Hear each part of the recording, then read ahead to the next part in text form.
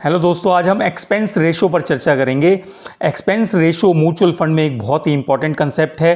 तो mutual fund दो type के होते हैं, डायरेक्ट और किसी कंपनी या बैंक के थ्रू। तो डायरेक्ट जो म्यूचुअल फंड होते हैं उसमें एक्सपेंस रेशो 0.6 या 0.7% होता है, और जो किसी कंपनी या बैंक के थ्रू लेते हैं उसमें जो एक्सपेंस रेशो है 1.5% के करीब भी हो सकता है।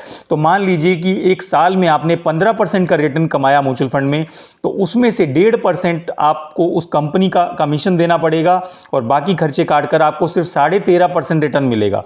और डेट म्यूचुअल फंड में तो ये और भी इंपॉर्टेंट हो जाता है, क्योंकि डेट म्यूचुअल फंड में रिटर्न ऑलरेडी कम होता है और उसमें से भी यदि आप 1.5% एक्सपेंस रेशो निकाल देंगे तो आपका रिटर्न बहुत कम हो जाएगा। तो हमेशा एक्सपेंस रेशो का ध्यान रखें और डायरेक्ट म्यूचुअल फंड में इन्वेस्ट करें, ना कि किसी बैंक के थ्रू। इन्फॉर्मेशन अच्छी लगे तो चैनल को सब्सक्राइब करें, फॉलो करें और वीडियो को शेयर करें। Thank you so much.